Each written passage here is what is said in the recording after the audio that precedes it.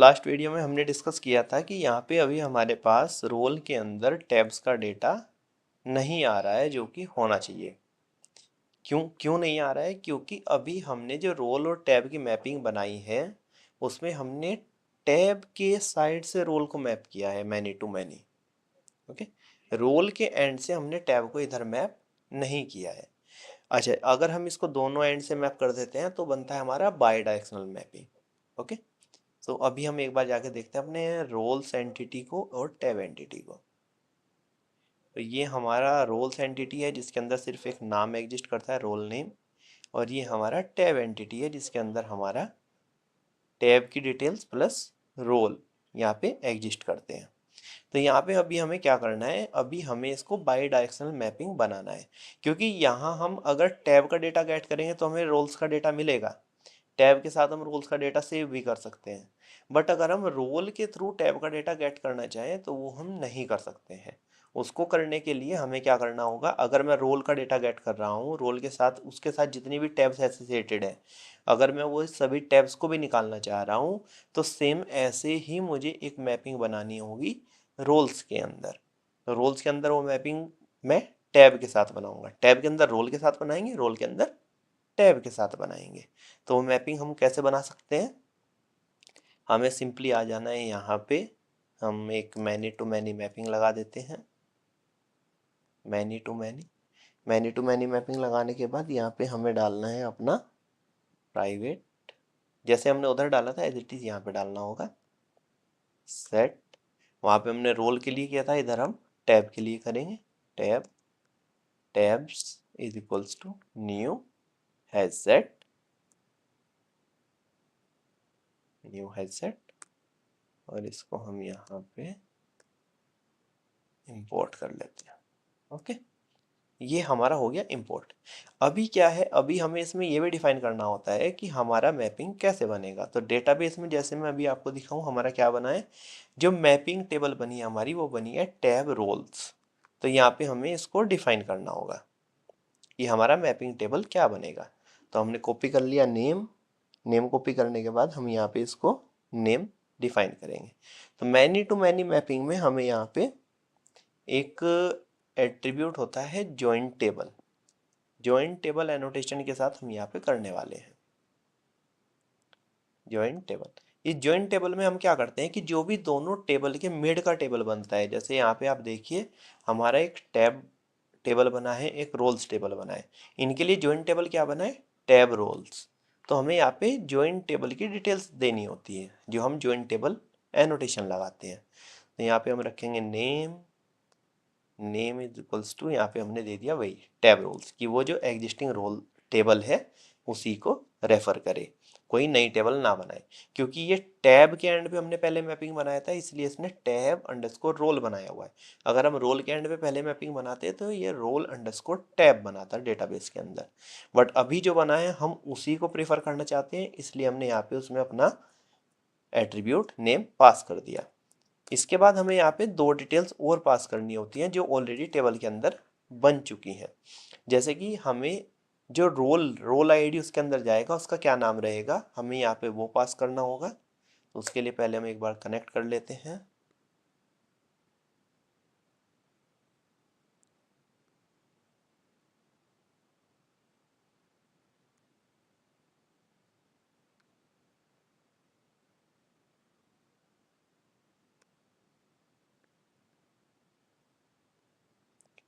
तो यहाँ पे ये मेरा टैब रोल्स टेबल है। टैब रोल्स टेबल के अंदर जो रोल है, मेरा रोल किस रेफरेंस से सेव हो रहा है, रोल्स अंडरस्कोर आईडी। तो यहाँ पे मुझे वही पास करना है कि मेरा जो कॉलम रहेगा, ज्वाइन कॉलम रहेगा, ज्वाइन कॉलम में क्या डिटेल्स रहेंगी। तो इसमें मुझे कॉलम की डिटेल पास करनी है। तो यहाँ पे मुझे एनोटेशन यूज करना है ज्वाइन कॉलम, और ज्वाइन कॉलम के अंदर मुझे अपना नाम पास कर देना है कि मेरा नाम क्या रहेगा। नाम मेरा रहेगा यहाँ पे, सॉरी ऐसे नहीं होगा, ऐसे होगा। नाम मेरा रहेगा यहाँ पे रोल्स अंडरस्कोर आईडी। ओके, ये हो गया हमारा ज्वाइन कॉलम। मतलब कि ज्वाइन कॉलम होता है डायरेक्ट टेबल के लिए, जिस टेबल के अंदर हम ये कोड लिख रहे हैं उस टेबल का जो रेफरेंस रखेगा वो ज्वाइन कॉलम के साथ रखेगा। और जो दूसरी टेबल है, जैसे यहाँ पे टैब है, टैब को यहाँ पे क्या बोला जाएगा, इनवर्स टेबल। तो इसके लिए यहाँ पे क्या एट्रीब्यूट यूज होगा, inverse join column. Inverse join column के लिए यहाँ पे हम ज्वाइन कॉलम पास करेंगे, ज्वाइन कॉलम में यहाँ पे हम उसका नेम पास करेंगे, नेम इज इक्वल्स टू, इसके लिए यहाँ पे क्या नेम यूज हो रहा है, tab underscore ID, tab underscore ID. अभी इन दोनों टेबल्स की मैपिंग बन जाएगी, बट यहाँ पे अभी भी एक इशू आने वाला है। अच्छा, अभी तक क्या था, अभी तक ये हमारा वन डायरेक्शनल था। तो वन डायरेक्शनल में क्या करता है कि हमने रोल का डेटा निकाला तो रोल का सिर्फ रोल का डेटा आ रहा था, लेकिन टैब के साथ रोल एसोसिएटेड था, इसलिए टैब के एंड से रोल का डेटा आ रहा था वहाँ पे उसके अंदर लिंक हो गए। अभी क्या है, अब ये टू वे मैपिंग बन गया। जैसे हम टैब का डेटा गेट करेंगे तो वहाँ पे ऑटोमेटिकली हमारा रोल का डेटा निकल जाएगा। रोल यहाँ पे वापस से टैब के साथ एसोसिएटेड हो गया, तो रोल वापस से यहाँ पे टैब का डेटा लेके आएगा, एंड सिमिलरली टैब रोल का डेटा लेके आएगा। तो ये यहाँ पे ना काइंड ऑफ लूप में यहाँ पे फंसने वाला है। तो हम एक बार इसको रन करके चेक करते हैं कि ये कैसे बिहेव करता है, एंड अगर जो प्रॉब्लम आता है उसको हम रिजोल्व करेंगे। तो हम एक बार रन कर देते हैं इसको।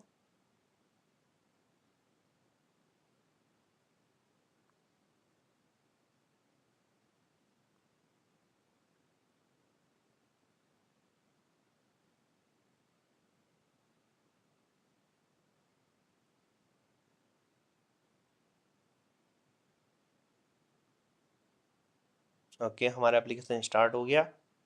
अभी हम गेट मैपिंग करते हैं, गेट मैपिंग के साथ हम डेटा निकालते हैं।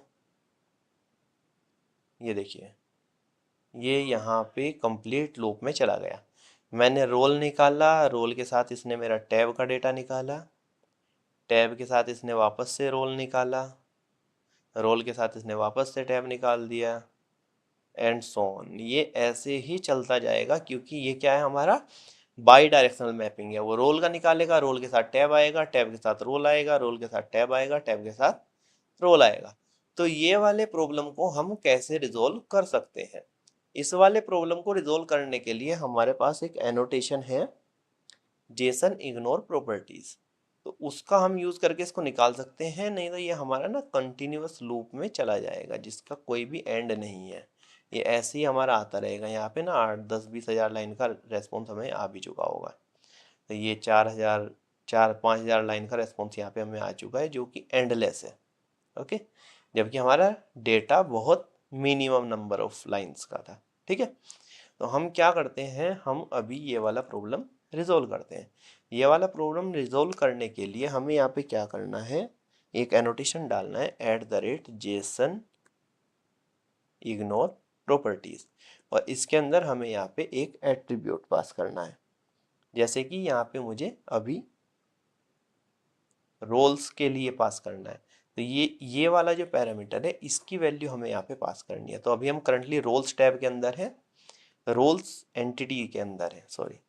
तो हम जाते हैं टैब के अंदर, और टैब के अंदर हमने यहाँ पे जो यूज़ किया है वो रोल्स है, ROLES। ये वाला पैरामीटर हमें रोल के अंदर जाना है, रोल यहाँ पे पास कर देना है। ओके, और ये वाला जो टैब्स है, इस टैब को हमें टैब के अंदर यहाँ पे हम एक जेसन इग्नोर प्रॉपर्टी डालेंगे,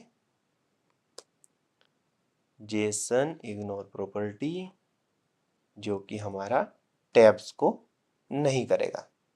ओके, इसका मतलब क्या है कि अगर हम इधर से रोल का डेटा निकालेंगे तो रोल के अंदर जो टैब एसोसिएटेड है ये उसको इग्नोर करेगा, ये वाले फील्ड को, टैब्स वाले फील्ड को इग्नोर करेगा। और जब हम रोल का डेटा निकालेंगे, रोल के थ्रू डेटा निकालेंगे, तो उस रोल के अंदर से जब वो टैब का डेटा निकालेगा तो वहाँ पे जो रोल्स वाला फील्ड है ये उस वाले फील्ड को इग्नोर करेगा। तो इसको एक बार हम यहाँ पे रीरन करके एक बार चेक करते हैं कि हमारा डेटा प्रॉपर आता है या नहीं आता है। ओके,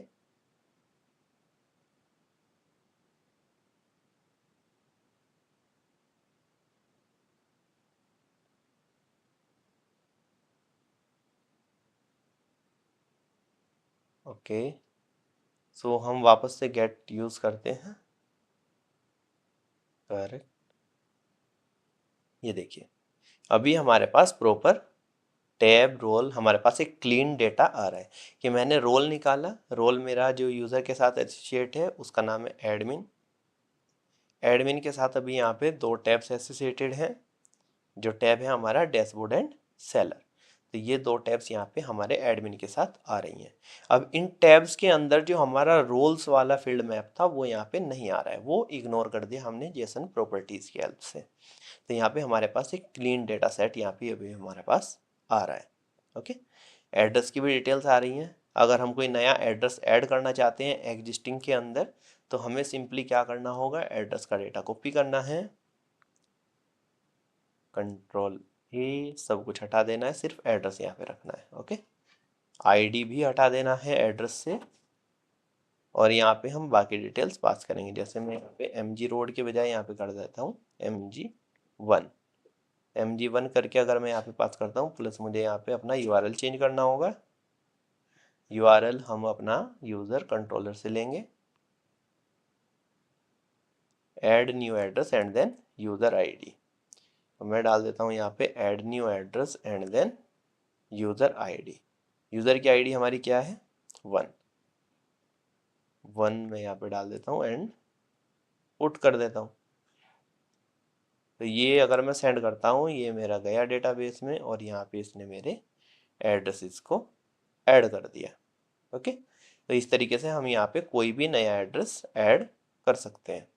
अगर मैं यहाँ पे एक और ऐड करना चाहता हूँ, आप वैल्यू भी चेक कर सकते हैं, ये हमारा MG1 आया है। अगर मैं यहाँ पे कोई और नई वैल्यू ऐड करता हूँ MG2 करके, पुणे 1 और महाराष्ट्र 1, यहाँ पे मैं कुछ और ऐड करता हूँ, तो ये एक नया रिकॉर्ड और ये हमारा यहाँ पे ऐड हो गया। ओके, सो यहाँ तक था हमारा कि हम नए रिकॉर्ड्स ऐड कर सकते हैं। अब सपोज करिए मुझे ना यहाँ से एड्रेस एक रिमूव करना है, तो मैं किसी भी एड्रेस को कैसे रिमूव यहाँ से कर सकता हूँ। तो मुझे जाना है सिंपली अपना ये कंप्लीट ऑब्जेक्ट जो यहाँ पे आया है इसको पिक कर लेना है। ये ऑब्जेक्ट पिक करने के बाद मुझे जाना है यहाँ पे पेस्ट कर देना है और सिंपल पुट API चलाना है। सिंपल पुट API के अंदर हमें यहाँ से ये लास्ट वाला रिकॉर्ड हटा देना है और इसके बाद ये कोमा भी हटा देना है। ओके, तो जैसे अभी मेरे पास यहाँ पे सिर्फ दो एड्रेस रह गए, तो दो एड्रेस के साथ अगर मैं यहाँ पे पुट को अब सेंड करूँगा तो मेरा रेस्पॉन्स में सिर्फ यहाँ पे दो ही एड्रेस रह जाएंगे, बाकी एड्रेसेस यहाँ से रिमूव हो जाएंगे। वो क्यों हो जाएंगे, क्योंकि हमने यहाँ पे एक प्रॉपर्टी का यूज़ किया है orphan removal. Okay, not for orphan removal, it's cascade type all. तो कैस्केड टाइप ऑल क्या करता है कि हम जो भी ऑपरेशन पेरेंट के साथ करते हैं वो चाइल्ड की लिंकिंग उसी ऑपरेशन के बेस पे यहाँ पे रखता है। जैसे हमारे यहाँ पे पेरेंट में प्रीवियसली 3 एड्रेसेस लिंक थे, लेकिन हमने एक पुट रिक्वेस्ट फायर किया जिसपे हमने सिर्फ पुराने 2 ही एड्रेस को सेंड किया, तो जो रिमेनिंग एड्रेस था उसको यहाँ पे हमारा इस एट्रीब्यूट की वजह से रिमूव कर दिया, तो वो मैपिंग अभी हमारे ऑब्जेक्ट के साथ नहीं रही, तो वो डेटा हमारे डेटाबेस से भी रिमूव हो गया होगा। तो यहाँ पे इस तरीके से हम यहाँ पे एड्रेसेस को अपडेट कर सकते हैं। ओके, सो ये हमारा अभी तक मैपिंग के लिए हो गया। बाई डायरेक्शनल मैपिंग हमारा कंप्लीट हो गया। इसमें बाई डायरेक्शनल मैपिंग हमने देखा कैसे कैस्केड टाइप वर्क करता है। कैस्केड टाइप के थ्रू हम यहाँ पे ऑब्जेक्ट्स को रिमूव कर सकते हैं।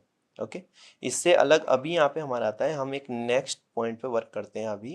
अभी हम क्या कर रहे हैं, अभी हम जनरली कोई भी हम API कॉल करते हैं तो उसमें हम ना एक एज इट इज़ रेस्पॉन्स जो हमारा आता है वो UI को हम यहाँ से सेंड कर देते हैं। बट क्या होता है एंटरप्राइज एप्लीकेशंस में ऐसा नहीं होता है कि जो हमारा रेस्पॉन्स आया हमने एज इट इज़ उठा के UI को सेंड कर दिया। वहाँ पे एक स्टैंडर्ड डिफाइन होता है, जिस स्टैंडर्ड में हम यहाँ पे एक मैसेज सेंड करते हैं। हमारा जो भी डेटा आता है उसको हम एक अलग से की के अंदर पास करते हैं। मैसेज हमारा सक्सेस भी हो सकता है, फेलियर भी हो सकता है, कुछ अदर भी हो सकता है। तो वो सब हम कैसे मैनेज करते हैं, हम अपना रेस्पॉन्स का ऑब्जेक्ट कैसे मैनेज करते हैं।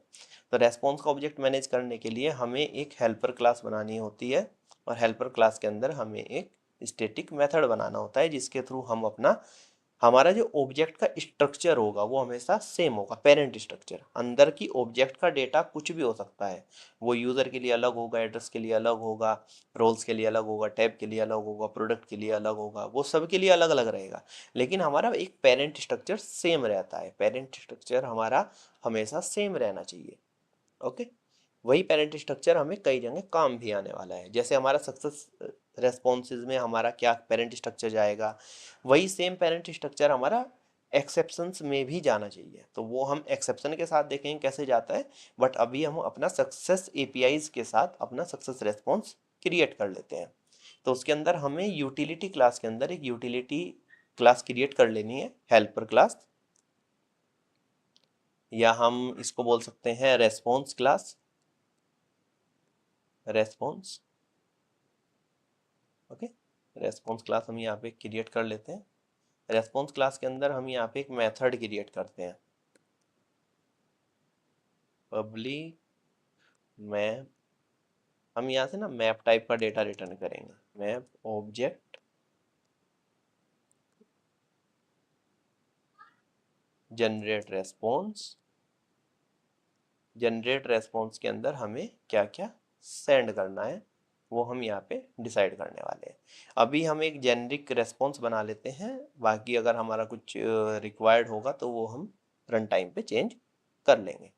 जैसे हमारे यहाँ पे क्या क्या आना चाहिए, हमारे यहाँ पे आना चाहिए एक तो सक्सेस या फेलियर आना चाहिए। ओके, जिसको हम अभी 0 या 1 से काउंट करते हैं। अगर हमारा 0 होगा, इफ 0, इफ 0 देन फेल, या फिर हमारा 1 और -1 से कर लेते हैं। If 1 then success pass, else, else if -1 then fail. Okay, जिससे कि हम यूआई को भी इंडिकेट कर पाएँ कि अगर हमारा यहाँ पे 1 आता है तो हमारा ये सक्सेस रेस्पॉन्स है, अगर 0 आता है तो हमारा फेलियर रेस्पॉन्स है। ओके, तो यहाँ पे हम एक लेते हैं स्ट्रिंग टाइप या लॉन्ग टाइप वैल्यू लेते हैं, लॉन्ग।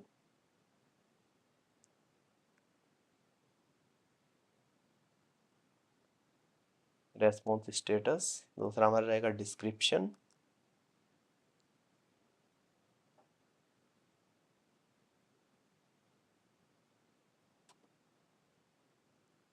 डिस्क्रिप्शन।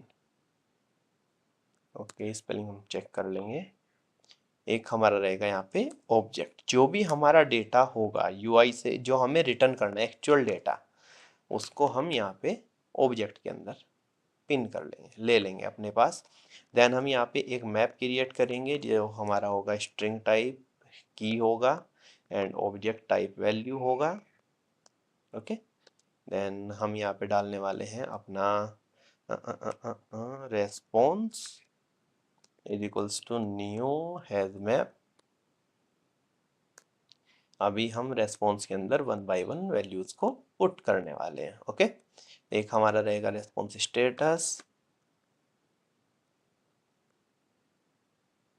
कोमा, ये हमारा रेस्पॉन्स स्टेटस ऑब्जेक्ट इसके अंदर पास कर देंगे। देन हमारा रहेगा रेस्पॉन्स डॉट पुट, ये रहेगा हमारा डिस्क्रिप्शन,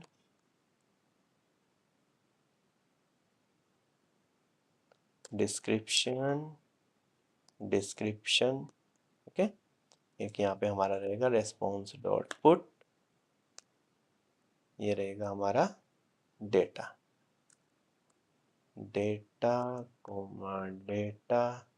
की वैल्यू पेयर में हमने अपने ऑब्जेक्ट को सेट कर लिया। अभी हमें इसको मैप नहीं रखना है रेस्पॉन्स टाइप, रेस्पॉन्स टाइप हम रखेंगे यहाँ पे रेस्पॉन्स, यहाँ से हम इसको कॉपी कर लेते हैं कहीं से, response entity. Okay, okay, utility के अंदर जाते हैं, यहाँ से इसको कॉपी कर लेते हैं। ओके, और यहाँ से हम रिटर्न करते हैं, रिटर्न, वापस से आते हैं यहाँ पे, इसको इतना पार्ट कॉपी कर लेते हैं। ओके, बिल्कुल सही है। रिटर्न एंटिटी डॉट ओके, और यहाँ पे अपना रेस्पॉन्स का ऑब्जेक्ट पास कर देते हैं। ठीक है, अभी हमें क्या करना है, ये मेथड हमारा रेडी हो गया। ये मेथड क्या करेगा, हमें एक ना ये हमारे पेरेंट ऑब्जेक्ट क्रिएट कर देगा, और इसके अंदर जो भी वैल्यू आएगी वो आएगी हमारी डेटा के अंदर। ओके, तो यहाँ पे हमारा पेरेंट क्रिएट हो जाएगा और वैल्यूज हमारी डेटा के अंदर आएगी। अभी हम चेक कर लेते हैं कि हम इसके अंदर कैसे वैल्यूज पास कर सकते हैं। जैसे मैं अभी इसको यूज़र कंट्रोलर पे यहाँ पे अप्लाई कर देता हूँ। हमारा यहाँ पे हम गेट को टेस्ट कर सकते हैं, तो गेट के साथ मैं इसको अप्लाई करके टेस्ट कर देता हूँ। बाकी सभी जगह पे हम इसको बाद में डाल पाएंगे। तो रेस्पॉन्स, यूटिल्स वाला रेस्पॉन्स हमने यहाँ पे ले लिया, देन डॉट। अच्छा, ये वाला जो मेथड हमारा अभी यूटिल मेथड, सॉरी स्टैटिक मेथड नहीं है, तो हमें इसे स्टैटिक बना देना है, STATIC स्टैटिक। ओके, अब हम इसको यहाँ पे डॉट की हेल्प से यूज़ कर पाएंगे। जनरेट रेस्पॉन्स, इसके अंदर हमें 3 वैल्यूज़ पास करनी है, तो डेफिनेटली रेस्पॉन्स स्टेटस हमारा 1 रहेगा, क्योंकि यहाँ से जो भी रेस्पॉन्स जाएगा वो सक्सेस होगा। डिस्क्रिप्शन जाएगा हमारा successful, successful, and then third object यहाँ पे हमारा जाने वाला है user service dot get all users successful.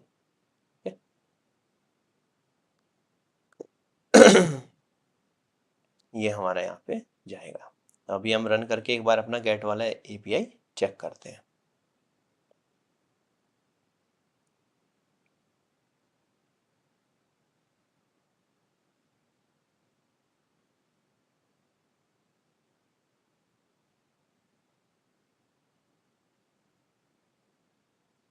Okay, application start हो गया।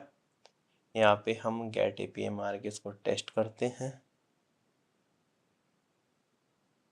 हो गया, ये देखिए अभी यहाँ ना हमारा, आप देखिए यहाँ पे हमारा रेस्पॉन्स का जो टाइप है वो सेम हो गया। इसमें हमारे पास 3 की आने वाली है। एक के अंदर है हमारा रेस्पॉन्स स्टेटस, एक की आएगा हमारा डिस्क्रिप्शन, और एक थर्ड की यहाँ पे हमारा आएगा डेटा। और डेटा के अंदर का जो ऑब्जेक्ट है वो एक्चुअल में चेंज होगा रेगुलर। जो भी हम API कॉल करेंगे, हमारा किसी भी चीज़ का API हो, यूज़र का हो, हमारा रोल का हो, हमारा टैब का हो, किसी का भी API हम कॉल करेंगे, तो उसमें सिर्फ हमारा अब ये जो सेलेक्टेड टेक्स्ट आपको दिख रहा है, सिर्फ ये चेंज होने वाला है। इसके बाहर का जो रैपर है वो रैपर हमारा एज इट इज़ रहने वाला है। तो इसके यहाँ पे एज इट इज़ रहने से हमें क्या एक यहाँ पे बेनिफिट होने वाला है, इससे हमें ये बेनिफिट होगा कि हमारा यहाँ पे जब हम इसको UI के साथ इंटीग्रेट कर रहे होंगे उस टाइम पे हमारा यहाँ पे रैपर सेम होने की वजह से काफ़ी हेल्प होने वाली है। ओके, तो रैपर सेम होने की वजह से हमें यहाँ पे बहुत हेल्प मिलने वाली है, जिससे कि हम ये ट्रैक कर पाएंगे कि ये हमारा एग्जैक्ट फेलियर रिक्वेस्ट है या ये हमारा सक्सेस रिक्वेस्ट है, सॉरी सक्सेस रेस्पॉन्स है या फेलियर रेस्पॉन्स है, जो हम रेस्पॉन्स स्टेटस की हेल्प से ट्रैक कर पाएंगे। डिस्क्रिप्शन के अंदर हम मैसेज पास कर सकते हैं कि हमारा क्या मैसेज रहने वाला है, जो हम यूज़र को दिखा सकते हैं UI पे। ठीक है, जैसे कि हमने कोई रिकॉर्ड सेव किया तो हम यूज़र को दिखाना चाह रहे हैं रिकॉर्ड सक्सेसफुली सेव्ड, तो वो मैसेज हम बैकएंड API से ट्रांसफ़र कर सकते हैं UI को कि हमें ये पर्टिकुलर मैसेज UI स्क्रीन पे दिखाना है, और वो हमारा हर एक ऑब्जेक्ट के लिए सेम प्रोसेस रहेगा। तो यहाँ पे ना हमारा स्टैंडर्ड डिफाइन होता है कि हम कैसे API को स्टैंडर्डाइज कर सकते हैं इंडस्ट्री एप्लीकेशन पर्सपेक्टिव से। रियल टाइम प्रोजेक्ट में हमारा यही बेस्ट प्रैक्टिसेस हम फॉलो करते हैं कि हम कैसे ना मतलब एक एप्लीकेशन को एक सेंट्रलाइज वे में क्रिएट कर सकते हैं कि हमारा वर्क मिनिमम से मिनिमम रहे।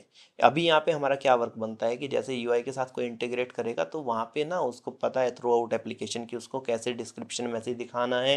एक स्टैंडर्ड हम स्टार्टिंग में डिफाइन कर देंगे, फिर यूज़र फ्रंट एंड वाले बंदे को पता है कि उसको कैसे मतलब UI पे मैसेज दिखाना है।